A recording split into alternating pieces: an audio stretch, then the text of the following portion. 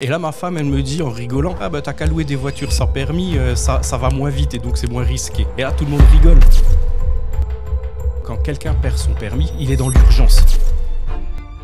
On a failli ne pas ouvrir 4 ans après 37 agences en France.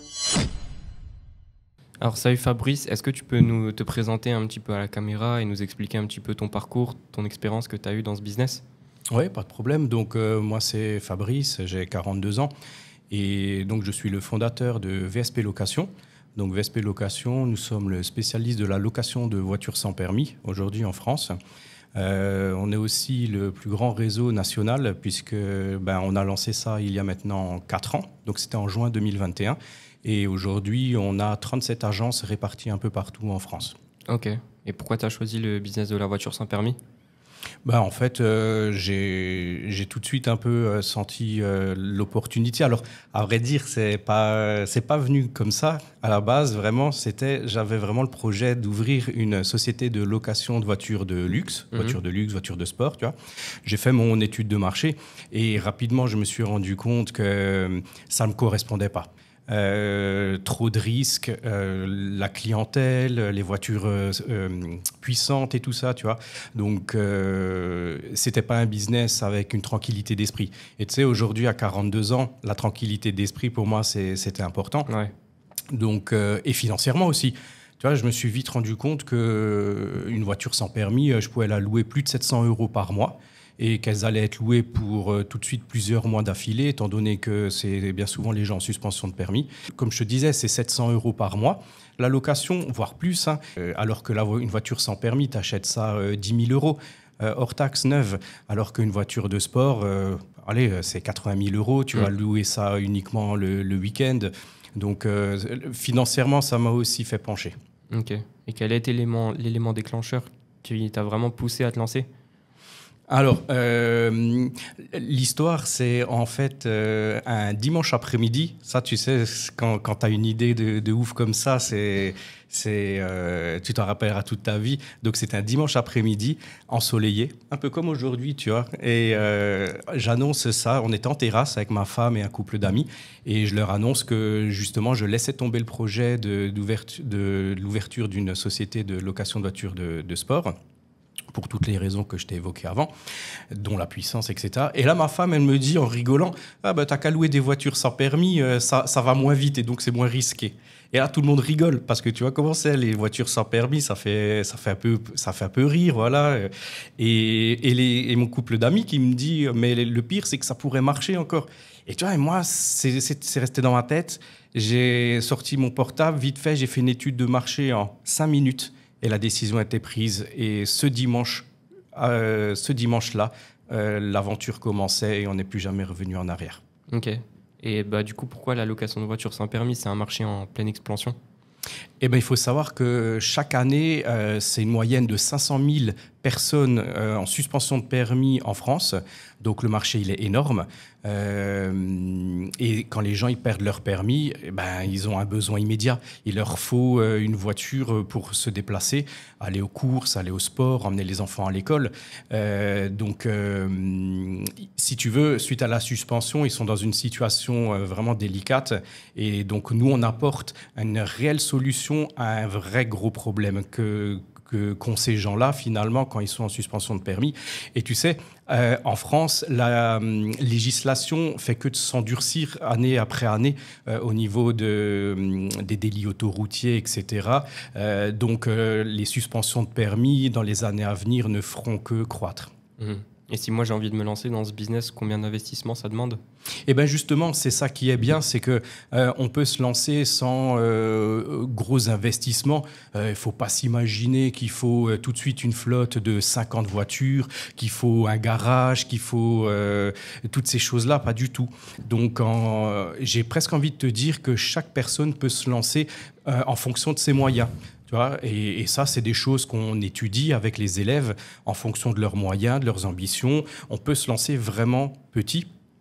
Pour te donner un exemple, moi, quand je me suis lancé, étant donné qu'on était parmi les premiers à lancer ça il y a 4 ans, on s'est lancé prudemment. On s'est lancé avec d'abord 2 voitures. Elles sont en quelques jours, quelques semaines, elles ont tout de suite été louées pour, je m'en rappelle, une c'était pour 3 mois et l'autre c'était pour 5 mois. Et là, avec ma femme, on se dit, mais mince, on vient d'acheter 2 voitures, on les a plus maintenant pendant 3 et 5 mois, qu'est-ce qu'on va faire? Donc on en a racheté 2 et ainsi de suite. Et voilà, 4 ans après, 37 agences en France. Et comment tu as fait pour attirer les premiers clients pour ces 2 voitures-là? Au début, c'est le bouche à oreille. C'est sûr, hein, ça fait parler, etc. Les outils gratuits que tout le monde connaît aussi, bien sûr. Après, aujourd'hui, à notre niveau, on utilise vraiment des stratégies assez redoutables parce que ce qu'on s'est rendu compte, c'est que quand quelqu'un perd son permis, il est dans l'urgence. Il lui faut tout de suite la solution. Donc, il faut être présent sur tous les fronts. Et autre chose qu'on s'est rendu compte, c'est que les gens ne vont pas forcément directement sur Internet pour chercher leur solution. Ben, là, par contre, ça, c'est des stratégies, comme je te disais, un peu redoutables, un peu secrètes liées à notre business, qu'on garde vraiment pour nos élèves, et pour nous et pour nos élèves qu'on accompagne. Ok, je comprends. Et quelles étaient les plus grosses erreurs que tu as pu faire? Si des gens qui nous écoutent, ils peuvent éviter de faire les mêmes erreurs, quelles ont été les tiennes? Ah, et il y en a eu quelques-unes, bien sûr, puisque quand tu te lances et que tu es un peu seul sur le marché, tu te fais... tu te fais tout seul, justement en commettant des erreurs, et c'est pas grave, parce que quand tu commets des erreurs, ça te permet d'apprendre et de continuer à avancer. Et nous, ce qu'on s'est rendu compte, c'était l'assurance. Le point le plus chaud de ce business-là, c'est l'assurance. On a failli ne pas ouvrir parce qu'on n'avait pas d'assurance jusqu'au dernier moment. J'avais contacté toutes les assurances possibles et inimaginables, et malgré ça, on n'arrivait pas à en trouver. Alors bien sûr, ensuite on a réussi à en trouver une grâce à un petit coup du destin aussi. Il faut des fois un peu de chance dans son business. Mais pour la petite anecdote, cette assurance-là qu'on a eue il y a 4 ans, au bout de 1 an, nous a lâchés parce qu'elle se recentrait sur son activité principale qui était le 2 roues et elle arrêtait donc l'assurance des 4 roues. Donc là c'est pareil, c'est le point qui permet aujourd'hui d'avoir aussi très peu de concurrence parce que les gens ne trouvent pas d'assurance pour tout ce qui est business de location, de toute façon, que ce soit de la sans permis ou de la voiture de sport. Mais nous, aujourd'hui, ce secret-là de l'assurance est fourni, bien sûr, à nos élèves pour qu'ils puissent tout de suite se lancer dans les meilleures conditions parce qu'être bien assuré, c'est quelque chose de très important. Ouais, c'est clair. Et à partir de combien de véhicules on commence à être rentable avec cette activité-là? Eh bien, écoute, tu peux déjà être rentable avec une voiture parce que, comme je te le disais juste avant, pour quelqu'un qui souhaiterait se lancer avec une voiture neuve, c'est aux alentours de 10 000 euros. Donc, comme tu la loues 700 euros, la rentabilité arrive très vite et monte vite. Mais maintenant, avec 5 voitures, c'est déjà quelque chose de sympa. Et avec 10, c'est plus de 7 200 euros de chiffre d'affaires par mois. Donc là, tu commences vraiment à être une entreprise intéressante et louable. Et c'est possible d'acheter des véhicules d'occasion ou pas? Ouais, bien sûr, c'est possible. On va le déconseiller, mais c'est possible et pour plein de raisons. Si tu veux, il y a des avantages dans l'achat de voitures neuves, avantages et inconvénients dans l'achat de voitures neuves, comme avantages et inconvénients dans l'achat de voitures d'occasion. Mais ça, c'est pareil, en fonction de nos élèves, on leur explique bien toutes ces différences-là pour qu'ils puissent prendre une décision en connaissance de cause. Ok, ça marche. Et du coup, aujourd'hui, là, toi, tu es à Dubaï, mais comment tu fais pour automatiser ce business pour qu'il tourne tout seul parce que tu loues tes voitures en France? Oui, tout à fait. Alors, certes, je suis à Dubaï, mais je ne suis pas expatrié. Donc, moi, je suis encore en France. Mais c'est vrai que là, je suis pour 2 mois pour les vacances à Dubaï.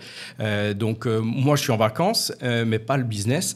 Donc, le siège, il est en France, en Alsace. Et en fait, ce qui est génial avec ce business-là, et c'est ce qu'on enseigne aussi aux élèves, et je voudrais que justement les gens qui nous entendent aujourd'hui peuvent se rendre compte que c'est un business qui peut être piloté comme finalement du e-commerce.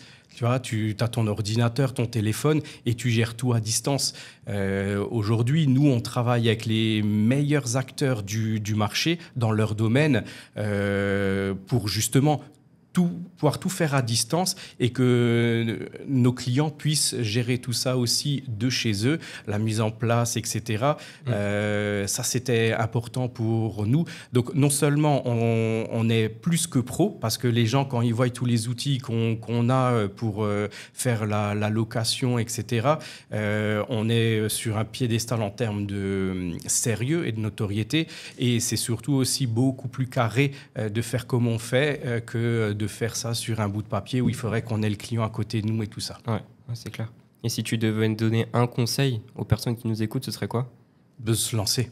De se lancer, c'est un super business. Je ne suis pas un sauveur aujourd'hui. VSP Location n'est pas un sauveur. Mais en tout cas, je peux te dire que ça fait chaud au cœur quand les clients te remercient à la fin de la location pour avoir été là pour eux, etc., les avoir accompagnés. Et c'est ce que j'ai souvent dit. On est là pour les aider dans cette période un peu compliquée qui est la suspension de permis. On n'est pas là pour que ça soit compliqué encore en plus. Donc, on est vraiment là pour leur faciliter la vie. Et donc, aux personnes qui nous écouteraient aujourd'hui, ce serait de se lancer parce que le business est beau. Le business est intéressant, le business est grandissant. On est encore les seuls acteurs sur le marché. On fait partie des seuls acteurs sur le marché, on va dire. Je ne veux pas dire qu'aujourd'hui on est tout seul, mais on fait partie du plus gros acteur sur le marché à travers la France. Donc le but, c'est que les gens se lancent sans avoir peur, parce qu'aujourd'hui, ils peuvent profiter de notre expérience depuis plusieurs années, et on est aujourd'hui un groupe national, comme je disais avant, quoi. Ok, ouais, donc c'est ultra intéressant. Et où est-ce que je pourrais avoir plus d'informations sur ta formation, ce que tu apportes, etc. Là tu me prends un peu de cours, j'ai pas tout en tête, tu sais, moi je suis un peu un ancien, donc tout sera mis en description de la vidéo, mes réseaux sociaux, le site, etc. Laisse tranquille un peu mon cerveau. Nickel. Merci pour toutes ces précieuses infos, c'est cool. Les gens qui vont nous écouter, ils vont avoir pas mal de valeur là à travers ce podcast, donc c'est cool. Oui, j'espère. C'était le but, de démocratiser un peu la location de voitures sans permis, de dire aux gens, lancez-vous. Il ne faut pas attendre de tout savoir pour se lancer. Et si vous voulez être les futurs acteurs de demain, c'est en se lançant aujourd'hui et en prenant aujourd'hui votre part du gâteau, quoi. Donc, j'ai vraiment à cœur d'aider d'autres personnes qui voudraient se lancer comme nous, en leur évitant en fait toutes les erreurs grâce à nos conseils. Et cette formation, c'est vraiment, elle a été mise avec le cœur, les tripes et tout. C'était important pour moi que la formation soit à l'image de nos locations quotidiennes, quoi. Ouais, c'est clair. Ok, c'est cool. Merci. Merci à toi, merci à tous.